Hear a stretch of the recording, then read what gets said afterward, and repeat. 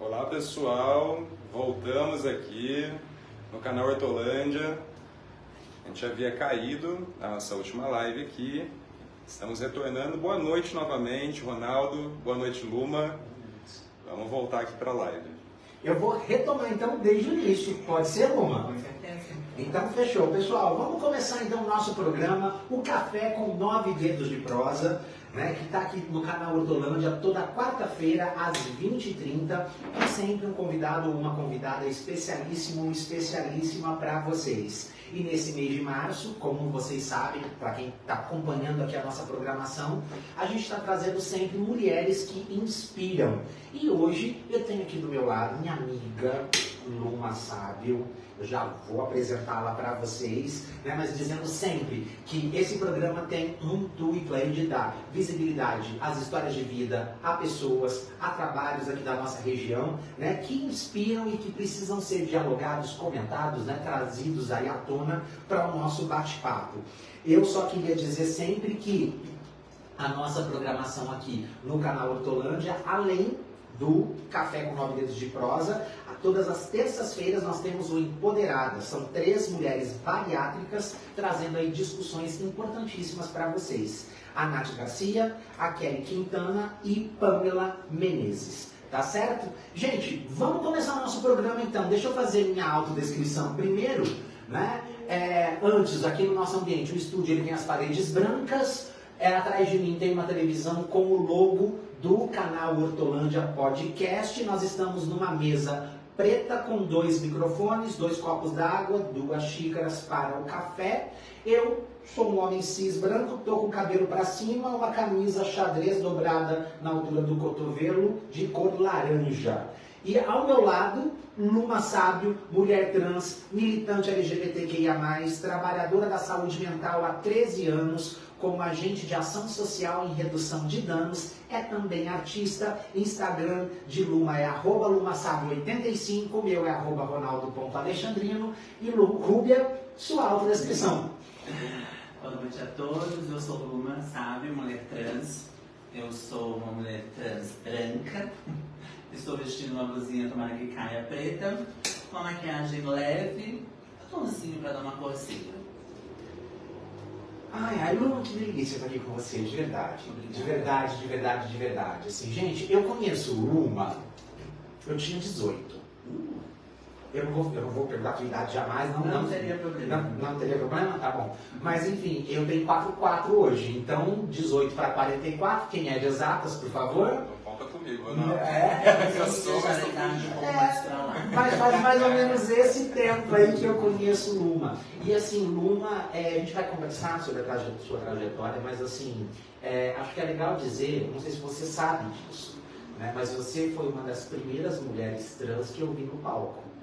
Né, na noite, na época GLS de Campinas, né, na época GLS. Na verdade eu vi o trio trans, né, que era você, Duda Lahu e Jaqueline Grutchenko. Assim, são as 3 mulheres trans que eu tenho esse primeiro contato no mundo artístico, e desde então você me inspira e aí depois a gente se torna amigo, né? Então é um prazer gigantesco, assim, de verdade, estar aqui com você hoje, viu? Eu que agradeço o convite. Para mim, assim, eu fico muito lisonjeada por estar com você. A gente se conhece realmente há muitos anos, e estar aqui, ser merecedora de estar com você e com todo o pessoal, para mim é muito importante. Gente, eu só queria dizer para todo mundo que está acompanhando a gente que vocês podem mandar suas perguntas para a Luma, tá bom? Que a gente daqui a pouco vai interagir com vocês também, e vamos começar nosso bate-papo, né, Luma? Bora lá. Eu queria saber primeiro, assim, acho que hoje a questão trans é uma questão que está entrando numa pauta bastante relevante no meu modo de ver, né? Então, assim, a gente tem hoje corpos trans ocupando os espaços de poder, a gente tem corpos trans ocupando espaços na mídia, né? Mas a gente sabe que isso veio de muita luta, de muito trabalho, né? E eu fico pensando, eu sou da escola, né? Eu sou professor, e eu olho muito para essas infâncias trans, né? Porque é o que chega em mim como professor e tudo mais. E eu queria saber de você, como foi sua infância? Quais são suas memórias de infância da pequena Luma? A minha infância foi uma infância tranquila, né? Eu sempre estudei, me recordo muito bem disso. Tive uma infância normal também, mas eu já percebia que tinha uma certa diferença mesmo, né? Então, eu acho que isso foi uma consequência acontecendo mesmo, e descobrindo aos poucos. Mas foi uma infância tranquila, claro que teve algumas questões, por conta de escola, né? Na mesma rua que você morava, né? Tinha muitos amigos de infância, tudo, então as coisas aconteciam.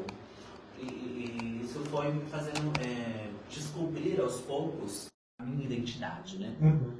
Mas como era uma coisa assim de você estar mais se preservar, eu digo talvez isso, nem conhecia essa palavra, mas mais de se esconder mesmo, né? Por conta do que era e como era. Mas eu passei uma infância tranquila. Não tive algumas adversidades nesse sentido, não. Isso foi aparecendo muito mais na minha adolescência, sobre essas questões da minha sexualidade. Entendo. Uma vez eu estava conversando com um aluno trans e ele é um homem hoje deve estar com seus quase 30 já, né? E ele me disse que se reconhecer homem trans foi um processo de etapas, né? Primeiro ele precisou se assumir mulher lésbica, e aí depois ele precisou se dizer, então, homem trans. E ele fala que se assumir mulher lésbica naquele período da adolescência foi algo que foi tranquilo. Se dizer homem trans foi onde a família não aceitou, onde colocaram para fora, e aí entra nesses índices e nesses dados de tanto sofrimento, de tanta discriminação, né? Acho que de tanta dor mesmo, que muitas pessoas da população trans sofrem. Assim, isso é parte da sua história ou não? Sim, na minha adolescência, já nessa fase mais de descobertas mesmo, né? Eu lembro uma professora de educação artística, eu me abri com ela sobre o que eu sentia e como eu me sentia na época. E ela me disse assim, tenha cuidado para quem você vai falar, porque isso pode trazer consequências tristes. Eu quero que você se proteja. Então ela teve esse olhar comigo. Então eu cresci com isso, me preservando, né? Mas já sabendo da minha identidade, da minha sexualidade. Mas eu passei por aquela fase de me assumir gay primeiramente. Né? De me assumir gay primeiramente. E foi uma consequência também. Porque a família não aceita, você precisa tomar uma postura e você precisa viver sua vida. Né? Então, quando eu saio de casa, eu vou viver a minha vida e já começo meio que me interessar por outras questões. Como eu era muito tralalá, então eu não tinha muito aquela coisa assim de ser discreta, né? E aí a primeira vez que eu tive contato com uma travesti, eu fiquei muito encantada. Quando eu a vi, até hoje eu me lembro o nome dela, Giza, loira, lânguida, assim. Um amigo, na época, uma maninha que a gente tinha muita amizade, né? Eu falei, nossa, que mulher linda. Aí meu amigo não era uma mulher, era uma travesti. E elas fazem isso, fazem aquilo, já levando para o lado da marginalidade. Mas aquilo não me pegou, porque eu queria me interessar por aquilo. Eu, por algumas vezes, rondava essa pessoa, essa mulher, né? Até um dia que ela falou, o que você está fazendo aqui? Porque eu estava indo até onde ela ficava para fazer o trabalho dela. Na época era prostituição. E eu fui até ela tive essa coragem. Eu disse a ela, nossa, o quanto eu achava ela bonita e o quanto eu queria ser igual a ela. E ela, na altura, riu e disse, não, é muito perigoso, vai ficar na sua casa, você é muito jovem, mas eu me interessei por aquilo. E comecei a fazer uma amizade com ela indiretamente, algumas vezes, até que ela foi me dando algumas dicas do hormônio que se tomava na época, que era o gestadinona. Eu guardava dinheiro que levava para o colégio, para a merenda, para comprar o tal do hormônio. E esse meu amigo na época, Regis, a gente começou a se hormonizar juntos. E aí era eu e ele se hormonizando, ele falava assim, nossa, mas você já tá diferente. Eu não tô sentindo essa diferença. Você já tem um pouco de seio. Eu não tenho. E ele falava assim, eu vou desistir, porque eu acho que eu tenho que ser gay mesmo. Mas você não, você tem que ser, vamos escolher um nome pra você, tal, tal, tal. E na época tinha muito a modelo Luma de Oliveira. E aí acabou me batizando com esse nome. E essa transformação foi chegando. E quando eu, ser travesti, né? Eu falei, então me identifiquei, eu quero ser travesti. Mas muito no começo. O que era ser uma travesti? Né? Fui descobrindo isso aos poucos. E ali já arrumei o meu primeiro namorado. Eu falei, não, sei isso que eu quero ser, travesti.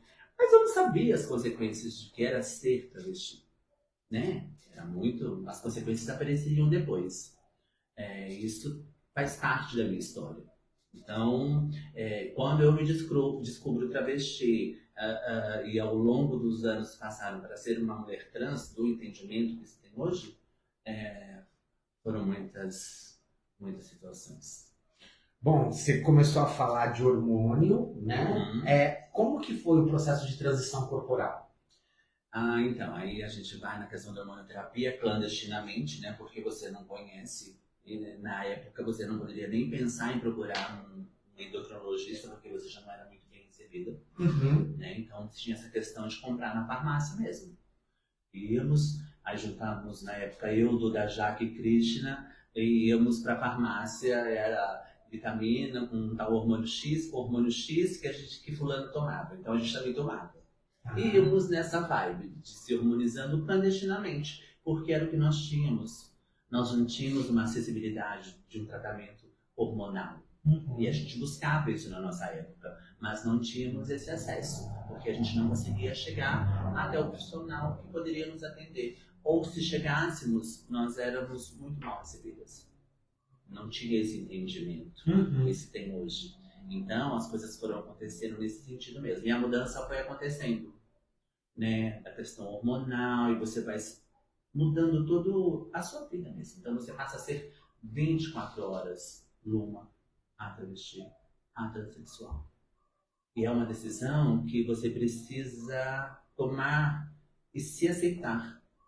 E eu tive sempre essa questão, tipo, eu vou passar por essa transformação, por essa transição, e é isso que eu quero ser. Porque eu tive amigas na época também que estavam nessa mesma consequência, conhecidas, não tão próximas, que desistiram por N fatores e não seguiram à frente. Então eu tive muitas questões para desistir, sim.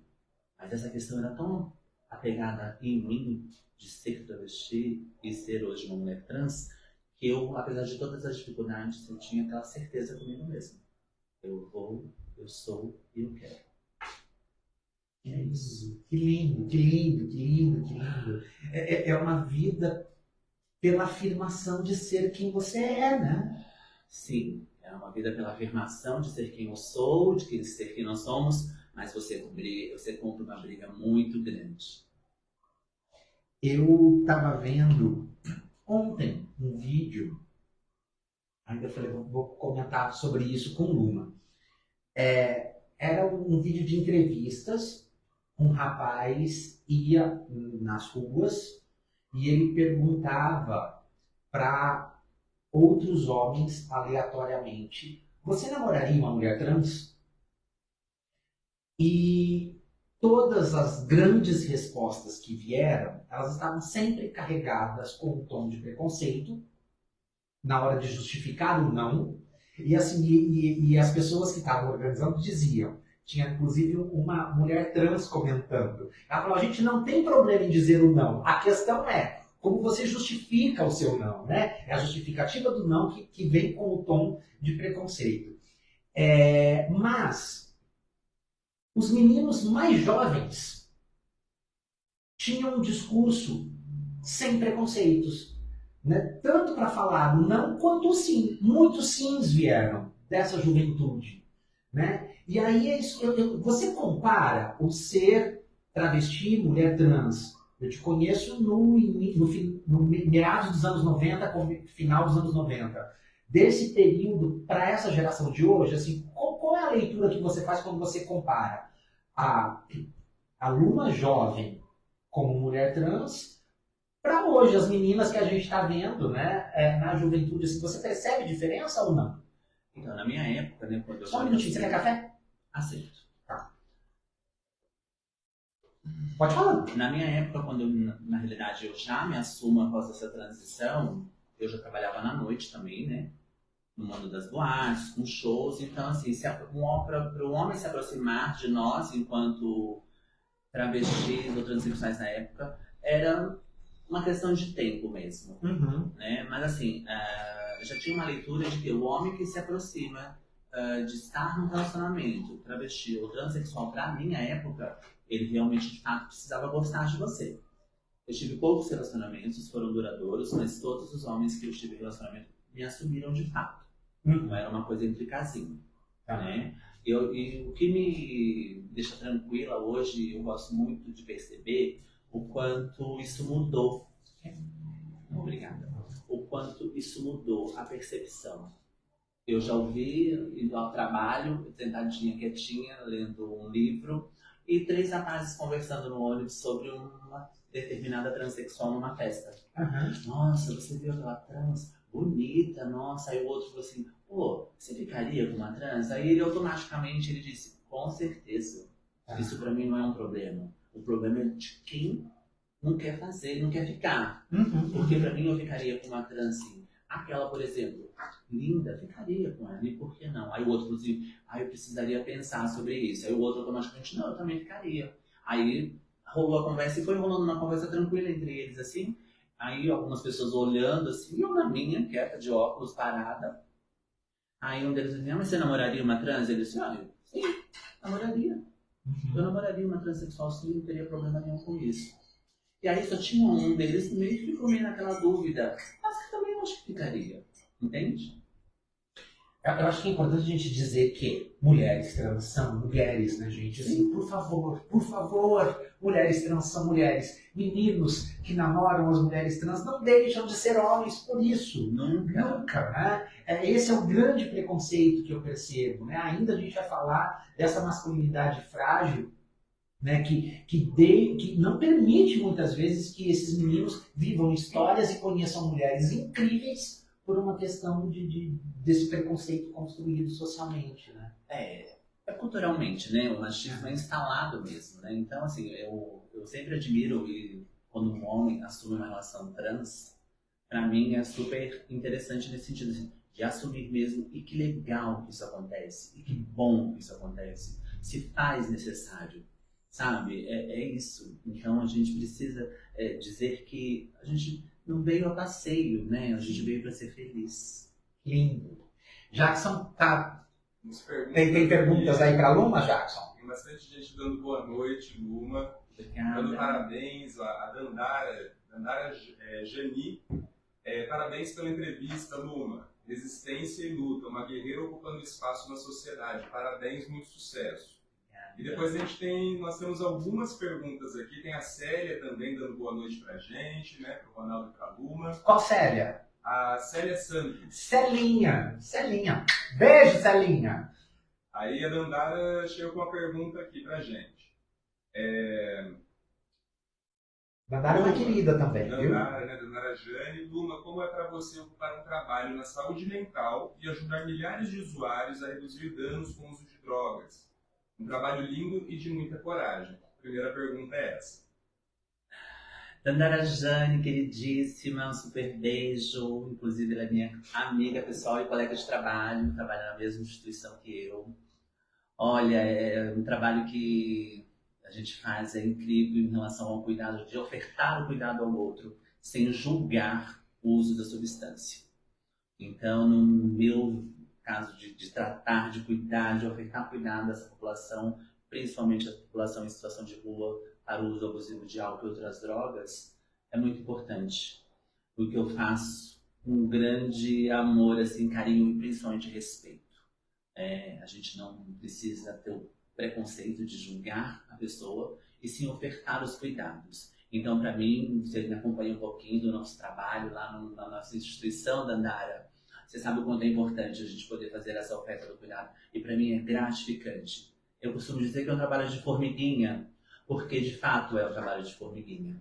Né? Então isso se perpassa pela construção do vínculo.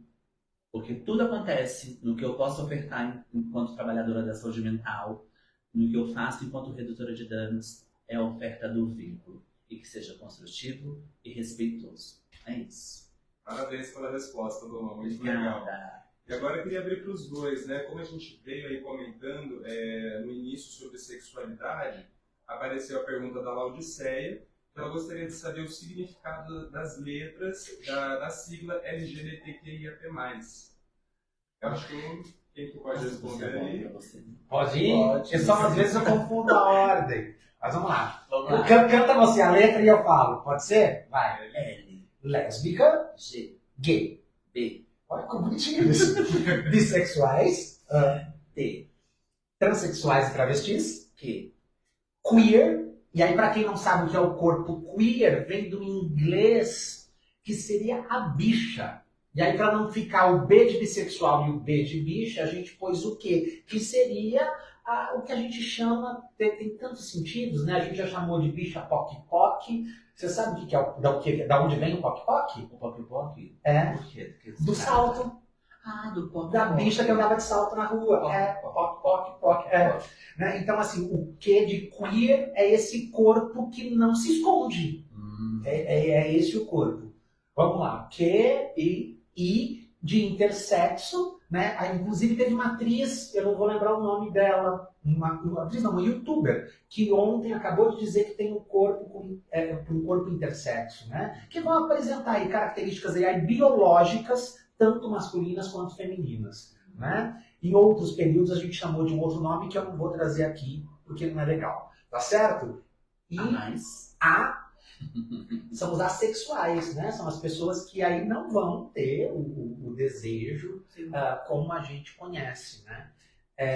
E mais é tudo aquilo que não se enquadrou nas letrinhas, mas que existe e que precisa ser contemplado aí na nossa nomenclatura. Né? É um leque que está aí para ser vivido e respeitado. Muito bem. Eu gostei, a gente pode fazer comercial, Lu. Podemos, o que você acha? Vamos investir nisso. Vamos investir nisso. Gente, falando já então da questão LGBTQIA+, Lu, eu queria saber como que você entra no mundo dos shows. Que eu conheço uma artista. É o nosso ponto de entrada para a nossa amizade. Eu te conheço nos palcos, né? Na extinta Double Face, né, que é um lugar histórico que para mim tinha que ser estudado aquele lugar, porque é um marco na noite campineira, né? Eu te conheço lá.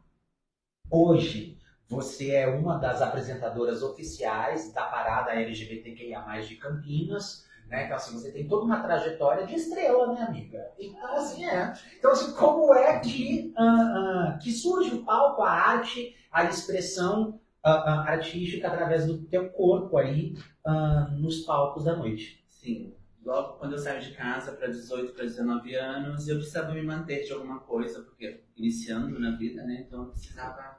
E a gente foi conhecendo os mundinhos das boates. A primeira boate que eu conheci em Campinas foi a Bubbies, que a gente Eu não peguei a Bubbies, todo mundo fala da Bubbies e eu não peguei. Foi a primeira boate que eu conheci. Nessa mesma época eu já conheci Duda, e consequentemente depois veio Jaque e Krishna. Gente, você falou da Krishna. Krishna, se estiver vendo a gente, um beijo, morrendo de saudade. E a gente começa, nessa altura eu participo de um concurso de novos talentos. Nessa boate Bubbies, eu e Duda. E tinha na época, se dizia transformistas. E a gente chega muito maninha, muito novinha, e a gente quer participar desse concurso de dublagem. E a gente faz, né? Tem uma sequência de pessoas e a gente participa e passa. E a gente passa a compor esse elenco dessa boate. Mas a gente, né, malemar sabia produção, essas coisas todas, a gente foi aprendendo com as artistas que já estavam na casa. E aí foi sucessivamente acontecendo. A gente se orientou dentro dessa casa, né, começou a participar desse elenco. Na altura chega a boate Double Face também para compor, né, a noite campineira, e a gente já estava estabilizada no show. E aí foi quando a gente começa a trabalhar nas duas casas. Tinha uma certa revanche, mas eu era sempre mais atrevida de todas que estavam na casa. Eu fui uma das primeiras a ir para Double Face fazer show, né? Fiquei afastada da outra boate, porque não seria permitido. Mas eu tinha uma consciência assim, se eu não tenho nenhum contrato assinado com você, por que eu não posso? Eu dependia daquele cachê para poder me sustentar. E as coisas foram acontecendo. Foi quando na Double Face o Gilberto me faz uma proposta de ser apresentadora. E eu digo a ele, não vou fazer, não vai dar certo. Ele, não, vamos apostar nisso. Inclusive, na época que eu começo a ser apresentadora, eu tinha um humor mais ácido. Tinha uma experiência, então tinha uma coisa muito ácida, né? Até que um grande amigo meu, que já não está mais entre a gente, o Wilson, ele era um cabeleireiro, ficou muito meu amigo, ele me disse, você precisa usar isso a seu favor. Tire a acidez e use a inteligência que você tem, mas use com humor. E ele me deu essa crítica construtiva, eu demorei um tempinho para analisar aquilo, eu era muito nova, né? Então, eu fui analisando, falei, não, acho que ele quis dizer isso. Eu comecei por esse caminho. E aí fui crescendo. Então, foi o Gilberto que me trouxe à tona de ser apresentadora e disparou para isso, assim. E aí, o show, adoro isso, eu achei muito bom. A época que a gente fazia show era muito, muito, muito bom, você acompanhou também. E é isso. Aí quando chega em 2018, um convite da Associação da Parada, né, através do Douglas e da Eloá Meirelles, para compor ser uma das apresentadoras da Parada. E como ele mesmo disse na época, é uma história, faz parte, e a gente queria muito que você viesse com a gente. E aí eu aceitei. É grandioso, é muito bom. Eu acho que a Parada, ela traz no sentido, é claro, de dizermos que estamos e somos, né, em direitos e deveres, mas a gente precisa também dizer que a gente precisa ser visto. Porque não pode interessar só o pink money. Precisa interessar em todos os sentidos. Saúde, acesso, direito. Né? E é grandioso, a festa é grandiosa. Então, para mim, foi muita satisfação poder compor esse elenco da Associação da Parada de Campinas. E procuro levar isso nos palcos da vida, assim. Pra mim, me sinto muito bem, gosto muito. Recentemente, a gente participou de um evento juntos, né? Sim. Eu queria que você falasse um pouquinho, porque eu quero falar mais sobre a questão do seu trabalho na saúde, mais pro final. Mas antes da gente ir para esse ponto, nós fazemos parte de um coletivo que se chama Balzaquianas Forever. Inclusive, se tiver alguém das Balzaquianas assistindo a gente, eu vou pedir para que vocês coloquem o link do documentário que está no YouTube do coletivo, nos comentários aqui do nosso podcast, para o pessoal poder ter acesso. Tem entrevista da Luma lá, tem entrevista minha lá, enfim.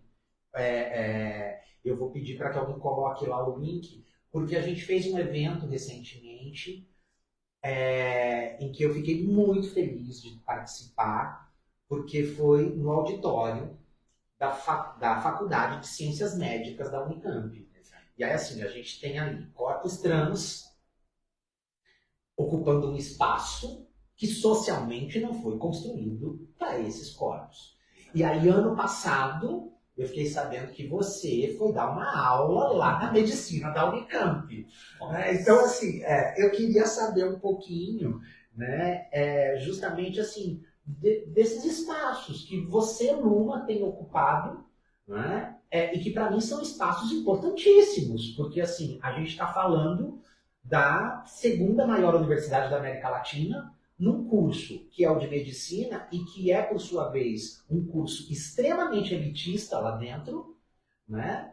E dizendo para aqueles jovens que estavam lá em formação, que eu vi você dizendo, né? Vocês têm que nos atender bem no serviço público de saúde, né? Então, eu queria ouvir um pouco assim sobre essa sua incursão. Eu sei que você é uma profissional da saúde, nós já vamos falar disso, mas também tem essa sua incursão na formação desses jovens aí da área da saúde. Pois é, eu estive lá mesmo. Esse convite veio através do Johnny, um queridíssimo. Johnny, super beijo, amo você, Giovanni também, são dois queridos. E esse convite veio por conta do projeto Balzaquianas mesmo.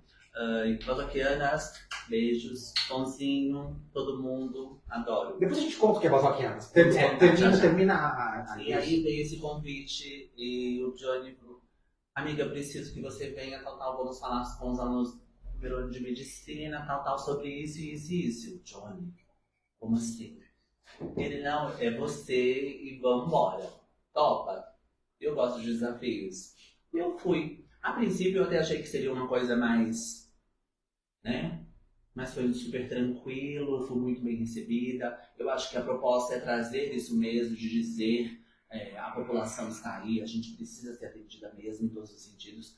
E dizer para esse pessoal que está se formando agora em medicina, mesmo sendo a Unicamp um espaço tão elitista, os profissionais que vão se formar da saúde, é importantíssimo acolher, sabe? Acolher em todas as esferas. Então, falar sobre a população trans, falar sobre um pouco do meu trabalho, dizer para essas pessoas que vão se formar futuros médicos, tem um olhar diferenciado e um olhar de acolhimento e respeitoso, não dói nada. É importante, nós precisamos. Dias atrás, eu conversando com o Douglas sobre a saúde mental da população LGBTQIA+. A gente precisa olhar para a nossa população. Né? No geral, está todo mundo adoecido, isso é fato. Mas a nossa população sofre também. Visto consequências de muitas pessoas que se suicidam no nosso meio. Então a gente precisa olhar. E estar lá e falar sobre isso foi muito importante para mim. Assim. Eu me senti muito feliz de levar essa proposta e poder participar um pouco, sabe, desse conhecimento. Falar, poxa, que legal, né? Quando eu poderia imaginar que eu poderia estar aqui? Eu poderia, não, eu estou. E isso é um fato. E foi muito interessante, foi maravilhoso, assim, poder dizer. E a troca depois, no final, das pessoas virem trocar com você de igual e sem te desmerecer.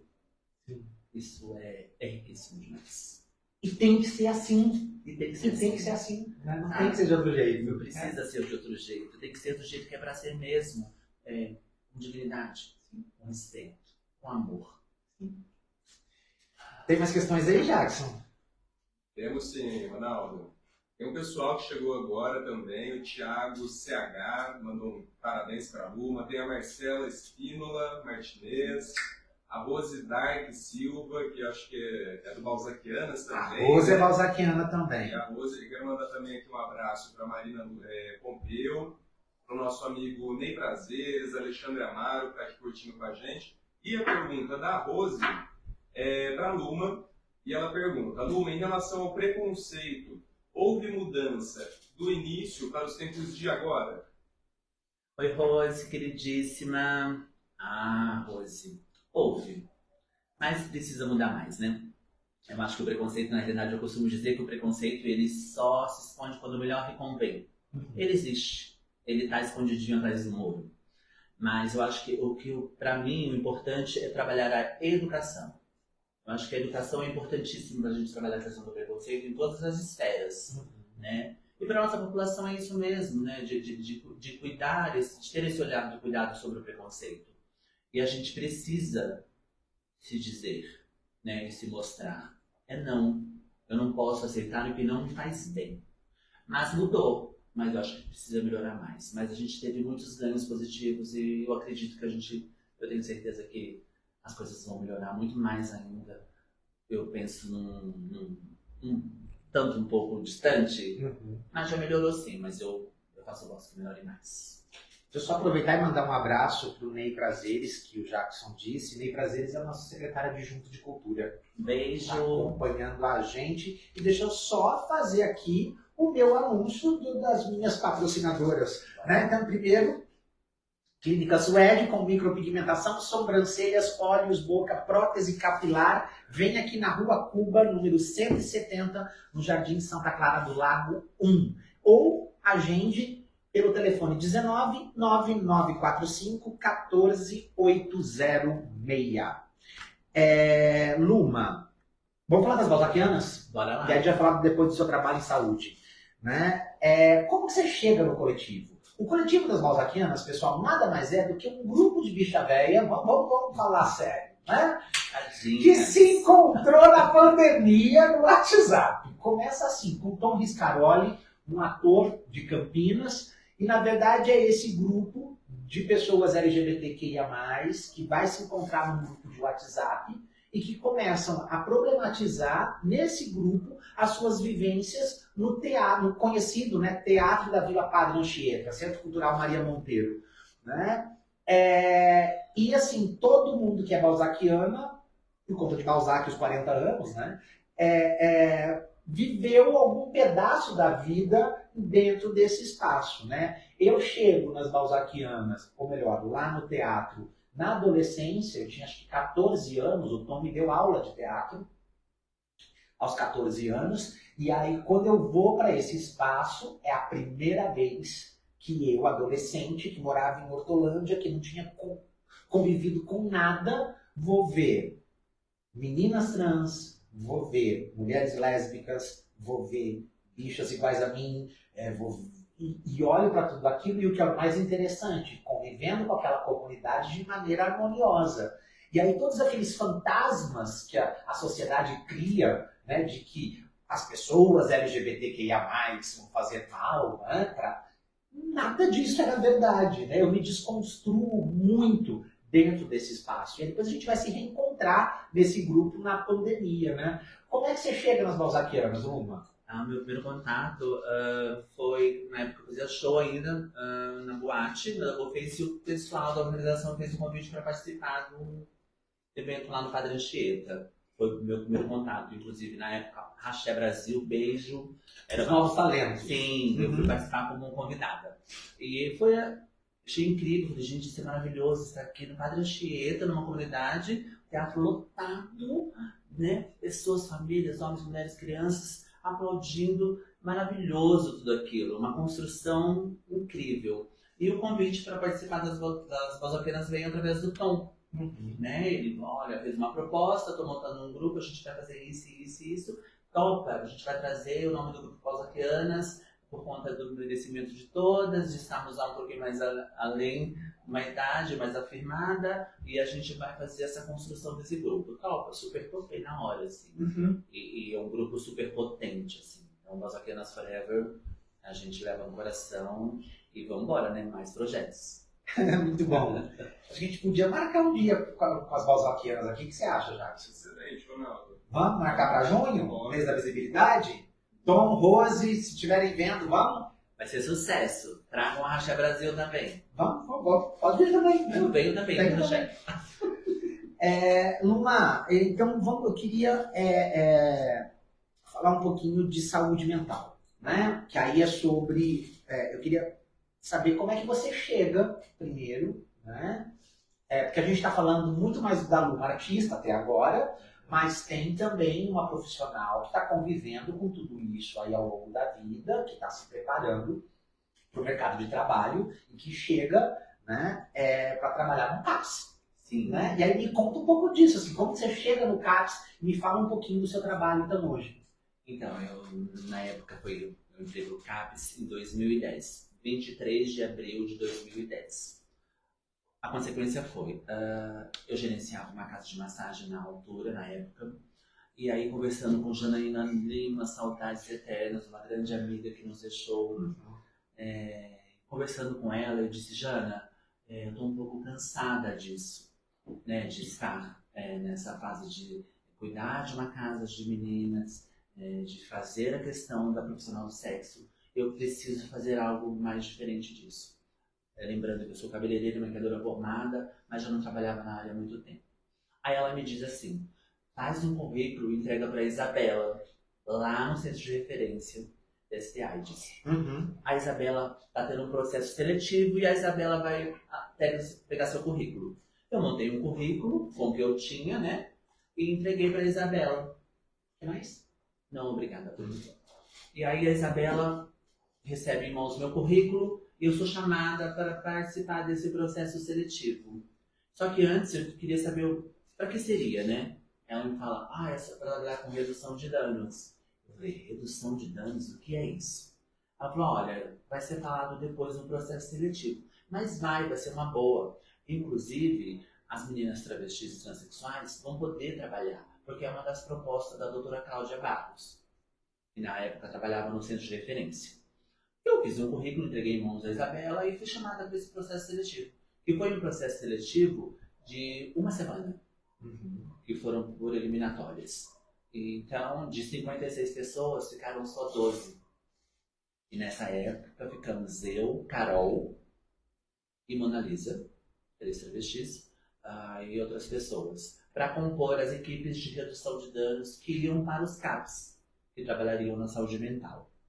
Então, eu passo nesse processo seletivo em 2010 e vou para o Centro de Atenção Psicossocial CAPES AD Reviver, no Taquaral. Sander, que na época era o gestor desse serviço, me contrata pelo processo seletivo e eu chego. E eu assim, nossa, eu vou trabalhar no local onde só tem hétero, né? Como é essa chegada transexual para trabalhar numa equipe de saúde mental? E aí vamos embora. Quando eu chego, essa equipe já está preparada para me receber, né? Para dar uma orientação do gestor. Eu fui muito bem acolhida, graças a Deus. E quando eu chego, eu começo a entender sobre mais a dinâmica desse trabalho. Eu fiz uma capacitação em redução de danos na época durante 3 meses para entender mais o que era o meu trabalho e qual era o sentido desse trabalho e para quem era. Era mais direcionado para as pessoas que fazem uso abusivo de álcool e outras drogas. Só que eu também vi uma história de alcoolismo na família. E eu tinha essa barreira com isso. Como que eu vou trabalhar isso se para mim eu não consigo direcionar essa situação? Mas isso foi uma outra questão de aceitar o trabalho, de entender. Aí quando eu chego para compor essa equipe da saúde mental, a primeira travesti transexual a ser contratada para dentro dessa equipe. Com médicos, psiquiatras, psicólogos, enfermeiros, técnicos de enfermagem. E foi um ganho, eu falo isso e até hoje eu dou uma embargada, porque eu disse o quanto da importância de ser quem você é e poder estar aonde você quiser. Eu não queria ser só uma cabeleireira ou uma maquiadora, ou uma profissional do sexo. Eu queria ser mais. Eu queria poder ser eu mesma. Aí eu choro também. E aí, eu dou uma segurada. E eu queria ser eu mesma nesse sentido de dizer, não me olhem como uma transexual, ou um pedaço de carne que alguém vai levar para a cama. Me olhem como ser humano, me olhem como uma profissional. Me olhem como isso. E eu lutei por isso. Então, graças a Deus, apesar dos pesares, porque não é um mar de rosas, estar na saúde mental não é fácil. 23 de abril, mês próximo, 13 anos. Redutora de danos, agente de ação social, sou apaixonada pelo meu trabalho.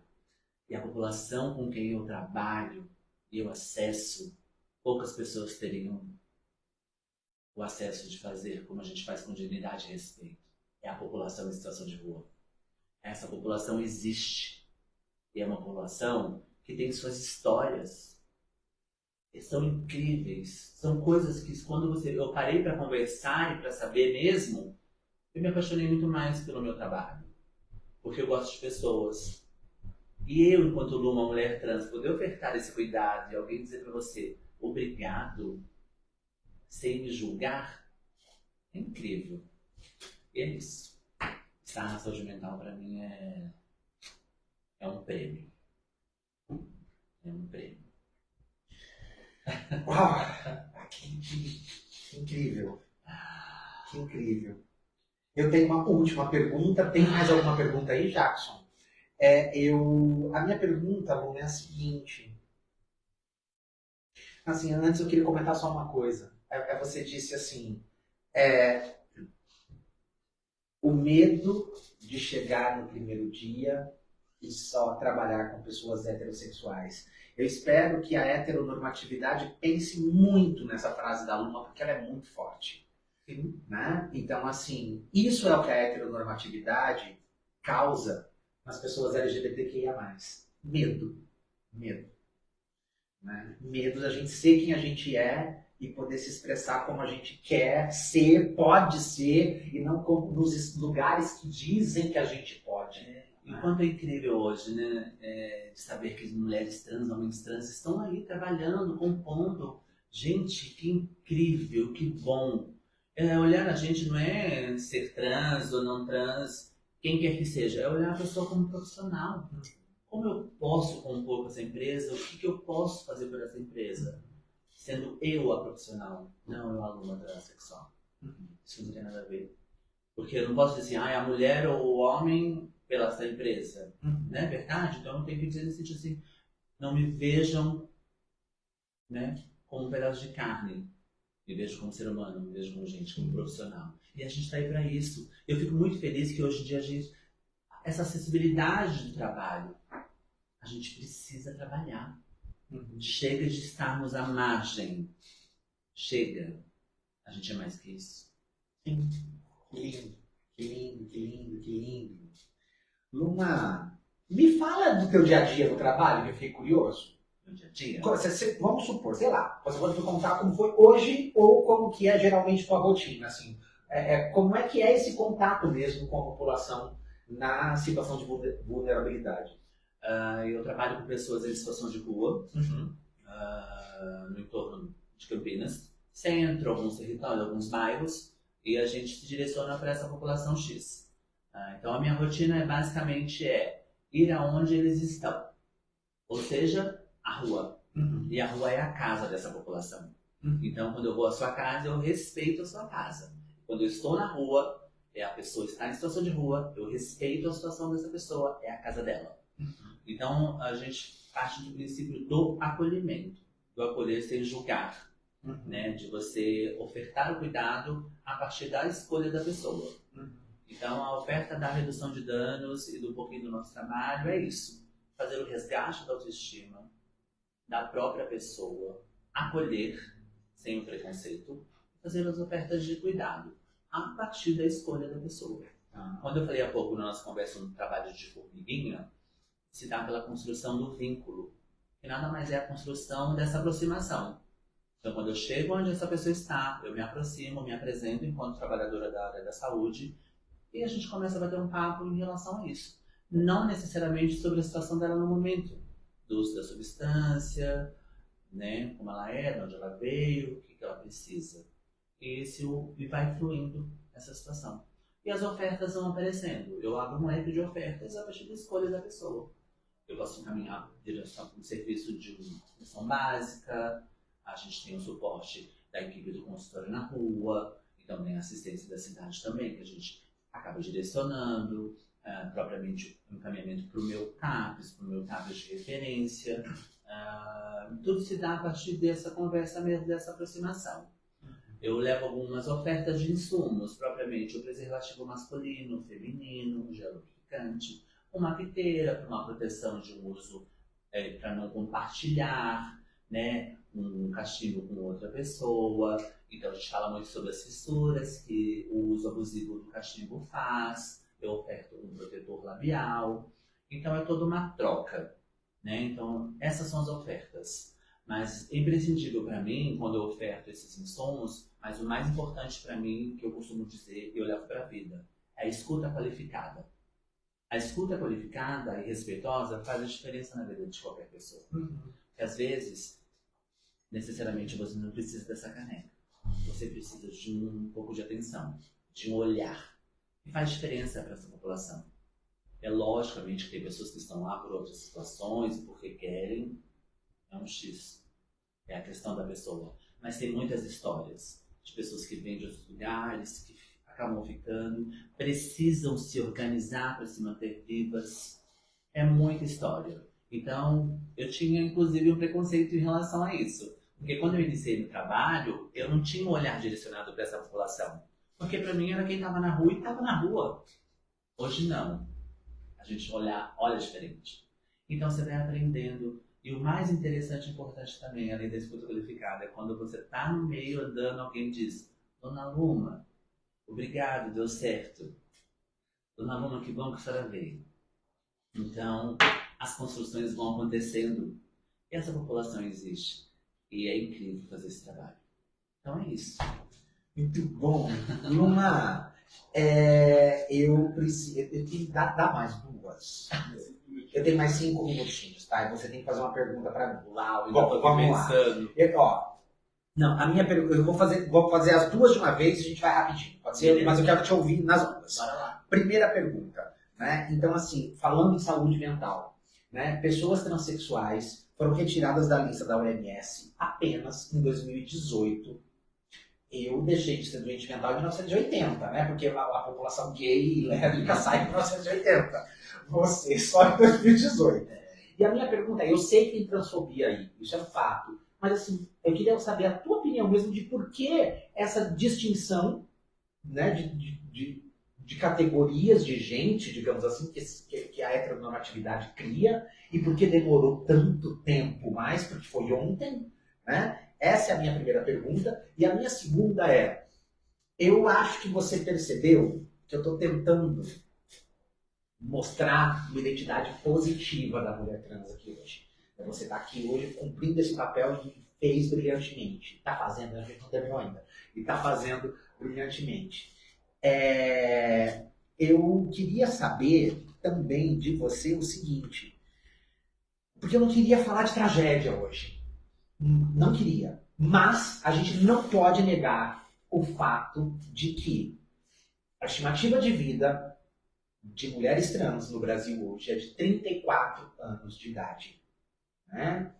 Nós perdemos muitas amigas e a gente sabe muito bem disso. E a minha pergunta para você é, quando você olha para a tua história, por que é que você conseguiu escapar da estimativa? Então, são essas duas perguntas que eu queria escutar de você. Olha, sobre essa questão do transtorno, de ser retirado agora, pra mim, eu nunca levei isso assim, né? Então, eu nunca me senti doente. Eu sempre me senti humano. E pra mim é o que importa. Eu acho que nós, enquanto população, mulheres trans, homens trans, não vamos nos sentir doentes nunca. A gente não pode se sentir doente por conta de um determinado CID que nos deram, né? Então é isso. Pra mim, eu nunca tive essa questão mesmo. Foi tardio? Foi. Muito. Mas que bom que foi uma correção. Mas foi muito tardio. Mas eu nunca tive essa questão mesmo. E a gente não tem que ter mesmo, bora ser feliz. Né? Pegando o gancho... Como que você escapou da estimativa? Sendo o nosso país que mais mata, 14 anos no primeiro ranking. 14 anos. O primeiro país que mais mata mulheres trans e travestis no mundo. Né? Mas também é o primeiro país no mundo que acessa a pornografia trans e travesti no mundo. Então, isso não consigo assimilar, assim. Eu desejo e eu mato. Eu vi uma reportagem de uma trans dizendo que era assim, por que a gente é assassinada? Porque o homem, ele não aceita do homem que você matou dentro de você. E ele, para o homem, na cabeça dele, ele não aceita isso. Então, pode ser por esse caminho. Então, eu fico me perguntando, eu desejo e eu mato, né? E eu falo, é muito doido isso. E estar aqui hoje, né, na altura da minha idade, e sobreviver a tudo isso, foi uma estratégia de vida mesmo. Porque a gente precisa ser estratégica. Eu corri riscos, eu fui profissional da noite, eu passei N situações, mas eu tinha comigo assim, eu não vou ser uma estatística. Eu não vou ser assassinado. Eu não vou morrer por essa questão de ser quem eu sou. E as estratégias foram acontecendo. Né? E até hoje eu mantenho essa estratégia de vida. A minha altura da minha idade, eu sendo uma mulher trans, eu saio, eu me divirto, eu tenho a minha vida. Né? Mas as estratégias são essas. De você poder ficar tranquila, entre aspas, aonde você vai, com quem você vai, né? N riscos eu corri. Infelizmente, a gente perdeu muitas pessoas queridas, infelizmente. E eu tenho uma sensação que a gente vai perder mais, porque a violência ela está instalada. Eu sempre digo para as minhas amigas, gente, fiquem alertas, se comuniquem, vamos nos falar. Então, é a estratégia. Eu precisei ser estratégica comigo mesma, e usar a meu favor, né? Para que eu não me tornasse uma estatística. E eu não quero ser uma estatística. E que triste que a gente possa chegar só aos 34 anos. E quando eu ultrapassei isso, eu me sinto vitoriosa. Mas não muito vitoriosa pela perda das outras que se foram. Então eu sempre digo para as meninas que estão chegando agora, nem tudo é flores e nunca serão flores. E não vai ser. A gente tem que estar alerta sempre. Então, eu tenho minha profissão, sou trabalhadora da área da saúde, tenho minha vida, moro sozinha, caminho sempre, mas sempre alerta. E procuro sempre estar protegida também de pessoas queridas. Próximas, poucas, mas próximas, porque eu também quero me sentir protegida. Então, é isso, amore. Eu acho que é nesse sentido mesmo.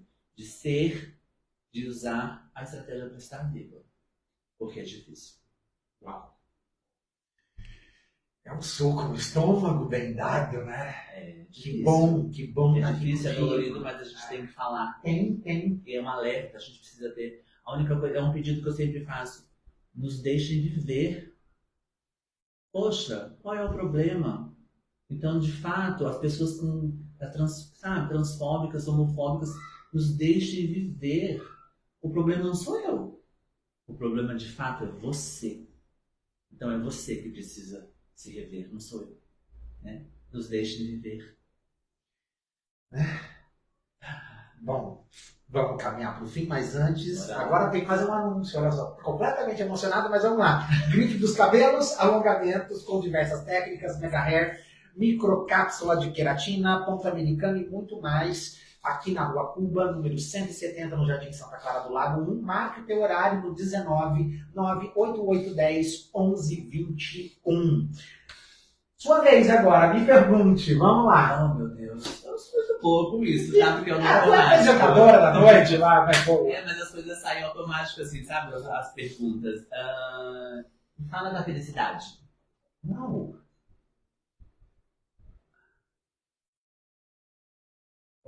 Aonde ela está? Poucas pessoas me deixam. Desconcertou, Ronaldo? A ideia não era essa, gente. Eu fico pensando se a felicidade existe, Luma. Porque eu acho que a gente vive uma busca constante pela felicidade e eu acho que quando a gente está vivendo ela, a gente não se percebe feliz. Porque a gente está muito mais preocupado em projetar a felicidade que a gente idealiza do que realmente viver algo que nos faz bem. Né? Então eu acho que eu fico pensando nisso quando você me traz, eu fiquei pensando nisso assim, a gente é feliz porque a gente faz a nossa felicidade acontecer ou porque a gente sabe que tem os entraves, a gente não vive numa bolha isolada, tem toda uma conjuntura social que muitas vezes dificulta o processo, mas eu me permito ser feliz, acho que essa é a pergunta. Ou estar feliz. Ou né? estar feliz. Estar feliz. Não sei se eu respondi. Tá ótimo. Você vai me deixar pensando nisso agora, porque eu me No conheço. próximo Que podcast, ele responde. ótimo. Gente, Você tá mais do que convidado. Né? Obrigada. por hoje é isso. Jackson, tem alguma coisa mais aí? Olha, conseguimos emocionar muitos ouvintes aqui hoje. Tem muita gente parabenizando pela live. Luma, você é maravilhosa. Obrigado por existir e fazer parte da nossa vida. Tem aqui também Ronaldo, obrigado por fazer parte da minha vida. Quanto orgulho de você, meu amigo. Madalena Santos está mandando palminhas. Laodiceia falando também. Vocês são maravilhosos, amo de montão. E é isso. Agradamos o pessoal hoje. Agradeço muito, Luma, o convite do Ronaldo por ter aceitado vir aqui no nosso canal hoje. É uma honra receber você aqui. Eu que agradeço. Nossa, gente, que satisfação poder estar com vocês. Você sabe, né? O carinho é recíproco sempre, sempre, sempre, sempre. Super beijo a todos. Gente, como é que a gente não ama? Luma, de verdade, obrigado. Você sabe que é minha amiga mesmo, conta comigo. Eu sei disso, E, sei. enfim, Eu e é sei isso. disso. E assim, que bom estar com vocês aqui nesse mês dedicado às mulheres. Eu Maravilha. acho que é sobre isso também. Sim. Né? Não é só no mês da visibilidade trans, não. Não. É em todas as datas, é toda vez que a gente puder criar espaço, é quando a gente puder estar junto. Sim. Essa causa é nossa. É nossa e é sempre. É pra sempre. Obrigado. Né? Eu que agradeço. Pessoal, boa noite. Beijo. Até quarta-feira que vem. Quarta-feira que vem, comigo aqui, Carol Jango, mulher negra, pesquisadora das questões raciais e educação e diretora do Instituto Federal de Hortolândia. Beijo, pessoal, e até quarta às 8h30. Tchau, tchau, pessoal.